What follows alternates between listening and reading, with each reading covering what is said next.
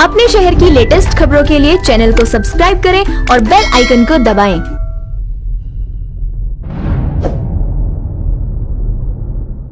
प्रधानमंत्री गरीब कल्याण योजना में जहां सबसे पहले कोविड हेल्थ वर्कर्स के लिए 50 लाख रुपए की इंश्योरेंस पॉलिसी का प्रावधान किया गया था, वहीं पर 80 करोड़ गरीबों को 5-5 किलो गेहूं या चावल देने का प्रावधान किया गया और पूरे देश भर में पीडीएस के अलावा अतिरिक्त ये 5-5 किलो उनको दिया गया, पिछले महीने भी और इस महीने भी। इसके अलावा ये प्रति व्यक्ति 5-5 किलो था और प्रति परिवार दाल देने का भी काम किया गया 1 किलो। और इसके अलावा जो हमारे वृद्ध, विधवा, दिव्यांग हैं उनको भी जनधन खातों में सीधा पैसे डाले गए, 500-500 रुपये, 1000 रुपये उनको टोटल डाला गया। इसके अलावा जो 20.5 करोड़ जनधन योजना खाता धारक थे, ऐसे 41 करोड़ खातों में भी 52,606 करोड़ रुपया अब तक ट्रांसफर कर दिया गया है। 8 करोड़ उज्ज्वला योजना के जो उपभोक्ता हैं उनको मुफ्त में 3 महीने एक सिलेंडर देने की बात हुई थी, जब तक उनको सिलेंडर की आवश्यकता है। उसकी प्रक्रिया भी शुरू हो गई और दे भी दिए गए। यहां तक कि जो पीएम किसान के लिए भी 2,000 रुपया ऐसे करोड़ों किसानों के खातों में उसको ट्रांसफर कर दिया गया। तो जितनी घोषणाएं उस पीएम गरीब कल्याण योजना के अंतर्गत की गई थी, उन पर सारे कदम भारत सरकार द्वारा उठाए गए और करोड़ों भारतीयों को इसका लाभ माननीय प्रधानमंत्री नरेंद्र मोदी जी के माध्यम से मिला है।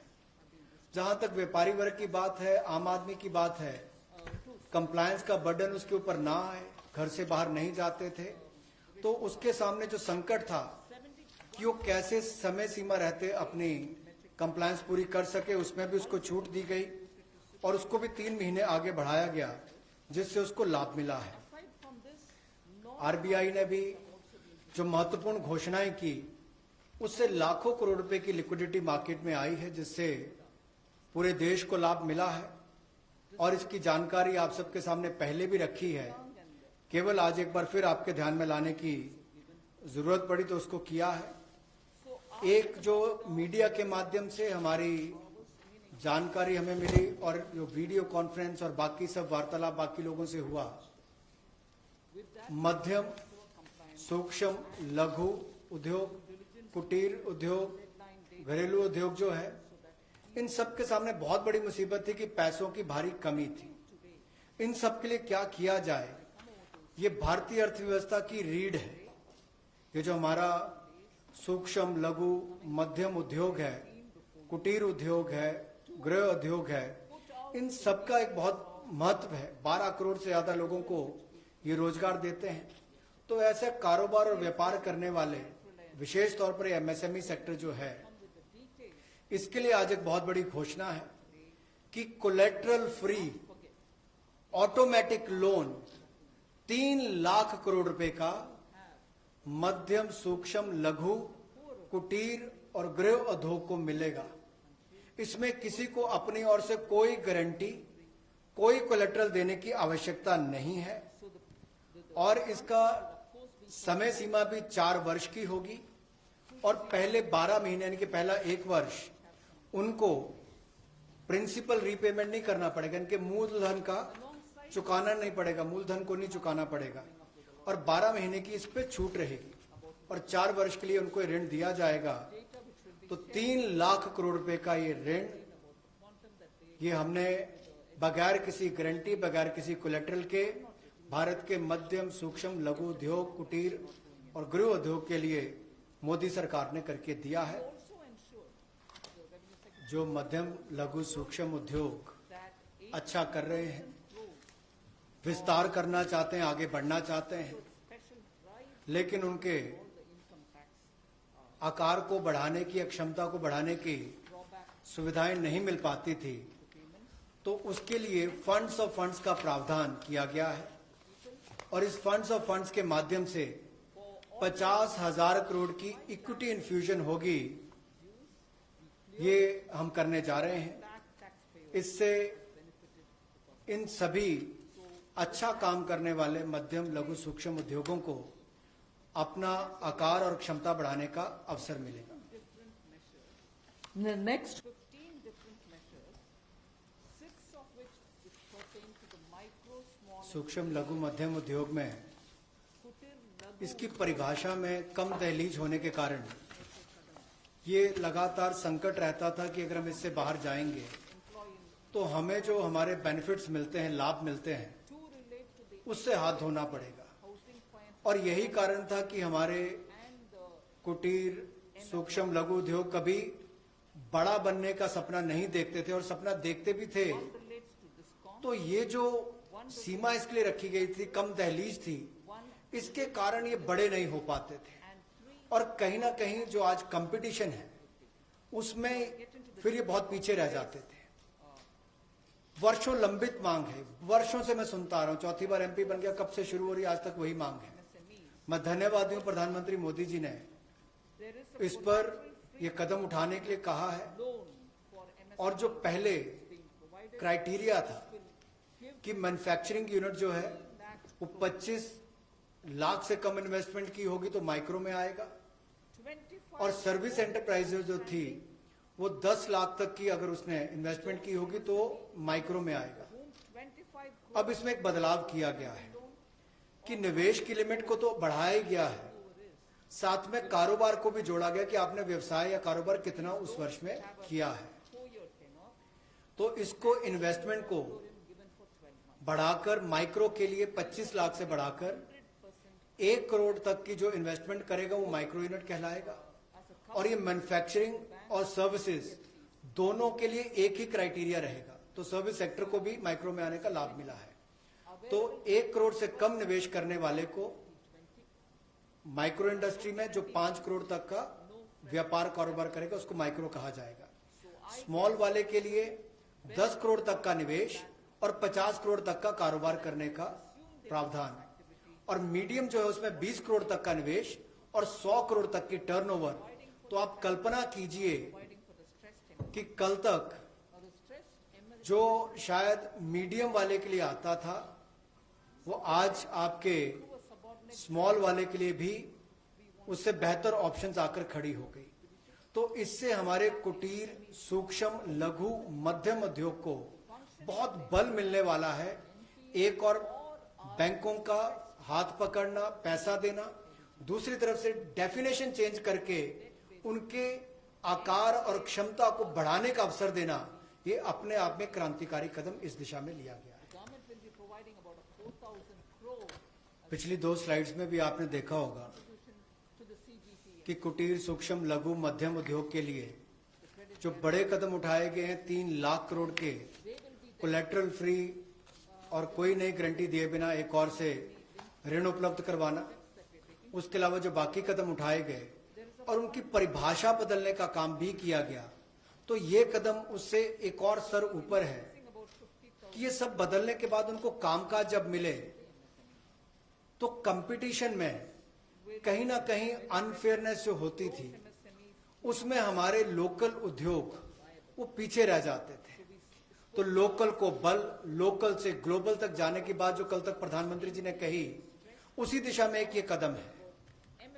लोकल के लिए वोकल भी, लोकल को बल भी, लोकल से ग्लोबल भी। तो ये इसीलिए ग्लोबल टेंडर्स जो हैं ये 200 करोड़ तक से कम वाले जो हैं, इसमें यानी कि 200 करोड़ से कम वाले में ग्लोबल टेंडर्स नहीं होंगे। इसमें हमारे सूक्ष्म लघु मध्यम उद्योग को लाभ मिलेगा और कहीं ना कहीं आत्मनिर्भर भारत की जो हम बात करते हैं उस दिशा में कदम ये भी उठाया गया है। कुटीर सूक्ष्म लघु मध्यम उद्योग के लिए ये जो चुनौतियां कोविड-19 के समय शुरू हुई कि घरों तक सीमित होना पड़ा और आप कहीं जाकर सामान बेचने में दुविधा आती थी, तो ई मार्केट लिंकेज करने की बात की, क्योंकि ई कॉमर्स का आजकल जमाना भी आया है, वो भी होगा। और इसके अलावा व्यापार मेलों में कैसे वो इन्वॉल्व हो सके, उनका शामिल होना हो, प्रदर्शनियों में उनकी पार्टिसिपेशन हो सके, इसके लिए कदम उठाए जाएंगे। और जो हमारे सार्वजनिक केंद्र उपक्रम है उसमें जो अगर उनके कोई पेंडिंग पेमेंट्स है, सरकारी है या पीएसयू में है, उनको भी अगले 45 दिनों में with is बल देकर वापस उनकी पेमेंट हो, ऐसा प्रयास किया जाएगा ताकि जल्द से जल्द उनकी पेमेंट हो, ताकि उनको राहत मिल सके। in size, they will 1,70,000 crore के प्रधानमंत्री गरीब कल्याण पैकेज में एक सुविधा दी गई थी कि I told you ईपीएफ जो है, प्रोविडेंट फंड जो है, how are the, वो 12% what exactly is जो कर्मचारी उसका भी और जो नौकरी देने वाला उसका भी 12% भारत सरकार देगी। और ये पहले 3 महीनों के लिए is being revised. हमने किया था, जिसकी भुगतान कर भी दिया गया पहले 2 महीनों के लिए, और इसको अगले 3 महीने और बढ़ा दिया जाएगा। इसका प्रावधान भी जून, जुलाई और अगस्त के लिए कर दिया गया है। 3,67,000 ऐसी संस्थाओं के 72,22,000 ऐसे कर्मचारियों को इसका लाभ मिलेगा, जब कर्मचारी का 12% हिस्सा भी और नियोक्ता जो नौकरी देने वाला है उसका 12% हिस्सा भी भारत सरकार देगी, और ये कुल मिलाकर 2500 करोड़ के लगभग का लाभ इनको मिलेगा।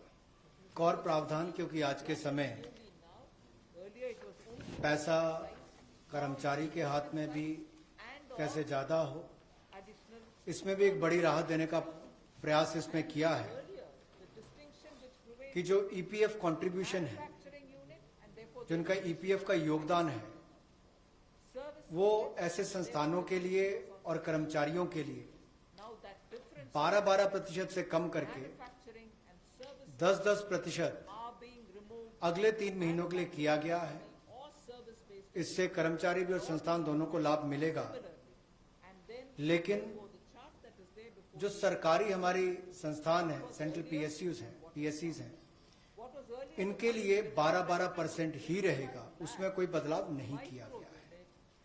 तो इससे कुल मिलाकर 6,750 करोड़ रुपए का so they लिक्विडिटी सपोर्ट इनको मिलेगा, even if they invest और एक तरह से 6,750 करोड़ रुपया ज्यादा इनके हाथ में आएगा। in that service investment NBFCs या फिर हमारे micro earlier housing finance companies distinction is removed और micro finance institute, service also इन सब के लिए of being called up जो इनके पास लिक्विडिटी की कमी आती थी, धन का अभाव होता था, उसके लिए over and above ये नई योजना लेकर आए हैं, in addition to जिसमें 30,000 करोड़ रुपए का criteria विशेष तौर पर प्रावधान किया जाएगा। स्पेशल लिक्विडिटी स्कीम ये होगी, जिससे इनके धन की आपूर्ति भी होगी, और इसके माध्यम से turnover जहां एक और हाउसिंग सेक्टर को बल मिलेगा, एमएसएमई सेक्टर को बल मिलेगा, as micro उसका भी लाभ हमारी अर्थव्यवस्था में और नीचे आम आदमी को पहुंचेगा, और इसका पूरी तरह से गारंटी भारत की सरकार देगी। up to 5 crore will be जहां पहली 30,000 करोड़ की so small will be liquidity guarantee scheme लेकर आए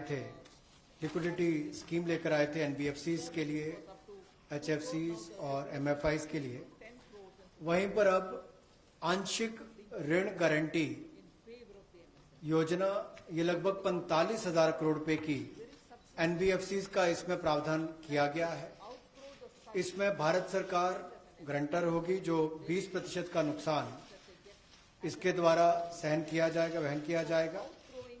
और यही नहीं, इसमें AA पेपर और इससे भी नीचे वाले जो है उसको भी इसमें पैसा मिल पाएगा, Within the definition, ऋण मिल पाएगा। और इसके अलावा जो अनरेटेड पेपर एलिजिबिलिटी है इन्वेस्टमेंट के लिए, वो भी इसमें प्रावधान किए गए हैं, ताकि ज्यादा इसका स्कोप बढ़ सके, ज्यादा लोगों को इसका लाभ मिल सके, और कुल मिलाकर इससे भी नई लैंडिंग जो है, यानी कि कर्जा दिया जा सके, so now how do we change? सूक्ष्म लघु मध्यम उद्योग को और आम नागरिकों को भी मिल सके, उसके लिए इसका प्रावधान किया गया। What exactly is the change with बिजली वितरण कंपनियों की आय में जो कमी, भारी कमी आई है, limit और लेनदारी जो इनके कई राज्यों से बढ़ी है, revised उसके कारण भी ये अभूतपूर्व नकदी प्रवाह की स्थिति इनको देखनी पड़ रही है। vested company इन परिस्थितियों में आम उपभोक्ता को भी नुकसान ना हो, and then I can't, बिजली उत्पादन करने वाले भी और बिजली वितरण करने वाले भी but इस अभूतपूर्व समस्या में कहीं उलझ कर ना रह जाएं। इसके लिए 90,000 करोड़ रुपए का प्रावधान given to you डिस्कॉम्स के लिए किया गया है, बिजली वितरण कंपनियों के लिए किया गया है। criteria और ये 90,000 करोड़ रुपया जो बिजली वितरण कंपनियों को दिया जाएगा, वो पावर फाइनेंस कॉरपोरेशन और रूरल इलेक्ट्रिफिकेशन कॉरपोरेशन के माध्यम से दिया जाएगा। now investment size and or जहां एक और पहले 200 करोड़ तक के टेंडर्स ग्लोबल नहीं होंगे, एक वो राहत दी गई। अब उसके बाद जो अभी काम हमारे कॉन्ट्रैक्टर्स कर रहे हैं देश भर में, चाहे वो रेलवेज का हो, सड़कों का हो, हाईवेज का हो, सेंट्रल पब्लिक वर्क्स का हो, या अलग अलग डिपार्टमेंट्स के हों, क्योंकि कोविड के कारण ये समस्या खड़ी हुई, तब उनको 3 महीने से ज्यादा 6 महीने तक की राहत इसमें दी जा सकती है एक्सटेंशन के रूप में, ताकि उनको कोई खामियाजा ना भुगतना पड़े। और जो ऑब्लिगेशंस थी उनकी, with an investment of 20 उसके कारण दिक्कत आ सकती थी, इसलिए प्रावधान किया गया है ताकि मुकदमेबाजी या बाकी सब ना हो और मानसिक रूप से भी ठीक रहे और अच्छा काम करके समय पर पूरा कर सकें। तो 6 महीने तक की इनको राहत दी गई। और यही नहीं, जो पीपीपी कॉन्ट्रैक्ट है उसमें भी जो कंसेशन पीरियड है उसमें भी ये राहत 6 महीने तक की दी जा सकती है, पर मैक्सिमम जो है 6 महीने तक हो सकता है। केस टू केस मैटर करेगा। और जो सिक्योरिटी दी जाती थी पार्शियल, उसको रिलीज किया जा सकता है आंशिक रूप से। मान लीजिए मैं कोई ठेका लिया है, 70% किसी ने काम किया और उसके एवज में उसकी आंशिक रूप से वो बैंक गारंटी को वापस किया जा सकता है, ताकि उसके पास और लिक्विडिटी और काम करने के लिए आ सके। एक बहुत बड़ी राहत इस तरह से कॉन्ट्रैक्टर्स को भी देश भर में देने का एक प्रावधान किया है। 80% की होगा तो उसके अनुसार, 60% की होगा तो उसके अनुसार, लेकिन कुल मिलाकर उसके पास पैसा ज्यादा आए ताकि वो कामकाज में उसको कहीं दिक्कत ना आए। कोविड-19 का प्रभाव हमारे within hours of real estate projects पर भी पड़ा होगा, the PM Garib Kalyan और इसके लिए ही ministry of housing and urban development ये राज्य की सरकारों को और यूटीज को एडवाइस भी करेगी 52,600 कि उनकी जो रेगुलेटरी अथॉरिटीज हैं DBT account of 40 वो ये प्रावधान करें bank account कि जो रजिस्ट्रेशन और कंप्लीशन डेट है 18,000 उसको ज़ोमोटो 6 महीने तक transfers happen, आगे बढ़ा दिया जाए, which 48 lakh metric tons of और इसकी जो 25 मार्च तक जो एक्सपायरी डेट थी यानी कि उसको 6 महीने तक आगे बढ़ा दिया जाए। और इसमें कोई इंडिविजुअल एप्लीकेशंस मंगवाने की आवश्यकता नहीं है। 71 जो 25 मार्च तक थी उसको वैसे ही 6 महीने तक का आगे विस्तार कर दिया जाए, उसको आगे अवधि को आगे बढ़ा दिया जाए। रेगुलेटरी अथॉरिटीज को भी यही अनुरोध किया गया है और इसमें and ministry of housing and urban affairs के माध्यम से जाएगा कि 3 महीने तक पीरियड उसको भी आगे बढ़ा दिया जाए। distribution of free और जो फ्रेश प्रोजेक्ट रजिस्ट्रेशन सर्टिफिकेट्स हैं वो भी रिवाइज टाइमलाइंस के साथ दे दिए जाए।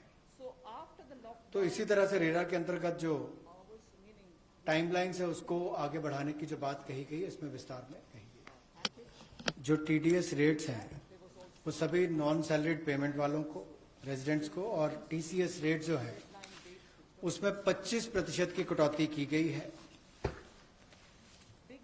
फाइनेंशियल ईयर 2020-2021 के लिए, और इससे 50,000 करोड़ रुपए का लगभग लाभ आम जनता को मिलने वाला है। put out the यानी कि अगर मेरा 100 रुपया बनता था तो मैं 100 रुपये की बजाय अब 75 रुपये दूंगा, और उसमें 25% की कटौती की गई है। तो एक बहुत बड़ी राहत गैर वेतनभोगी इन सबके लिए, non salaried payment to residents, इनके लिए की गई है। The next is 5 लाख तक के रिफंड 14 लाख से ज्यादा लोगों को अब तक वापस कर दिए गए थे। उसके अलावा जो उससे ऊपर वाले हैं उसकी भी प्रक्रिया शुरू, और बहुत सारे लोगों को वो भी वापस कर दिए गए हैं जो रिकॉर्ड समय के अंदर किए गए। अब इसके अलावा जो पेंडिंग रिफंड्स हैं, चाहे वो चैरिटेबल संस्थाओं के हों, ट्रस्ट के हों, या नॉन कॉरपोरेट बिजनेस या प्रोफेशंस के हों, यानी कि प्रोप्राइटरशिप, पार्टनरशिप, एलएलपी, कोऑपरेटिव्स, इनको भी जल्द ही इनके रिफंड्स इशू कर दिए जाएंगे ताकि पैसे की कमी कहीं पर ना आए।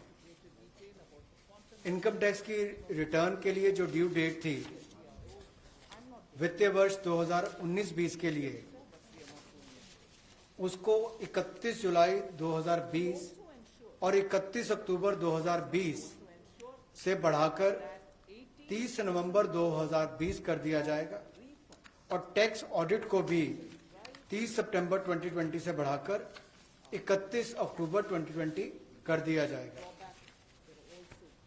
जहां तक डेट ऑफ असेसमेंट की बात है, ये भी वर्जित हो रही थी 30 सितंबर 2020 को, इसको भी एक्सटेंड कर दिया जाएगा 31 दिसंबर 2020 तक। और जो वर्जित हो रही थी 31 मार्च 2021 को, इसको 30 सितंबर 2021 तक बढ़ा दिया जाएगा। मैं एक बार फिर कह देता हूं, जो डेट ऑफ असेसमेंट जो बार हो रही थी 30 सितंबर 2020 को, उसको 31 दिसंबर 2020 तक बढ़ा दिया गया है। और जो बार हो रही थी 31 मार्च 2021 को, उसको 30 सितंबर 2021 तक बढ़ा दिया गया है। विवाद से विश्वास स्कीम बजट के समय भी हम लाए थे, लेकिन इन अभूतपूर्व परिस्थितियों के चलते इसको भी जिनको पेमेंट करनी है, कोई अतिरिक्त पेमेंट ना किए बिना, एडिशनल अमाउंट दिए बिना, इसको 31 दिसंबर 2020 तक एक्सटेंड कर दिया गया है, ताकि आप 2020 31 दिसंबर तक पेमेंट कर सकते हैं।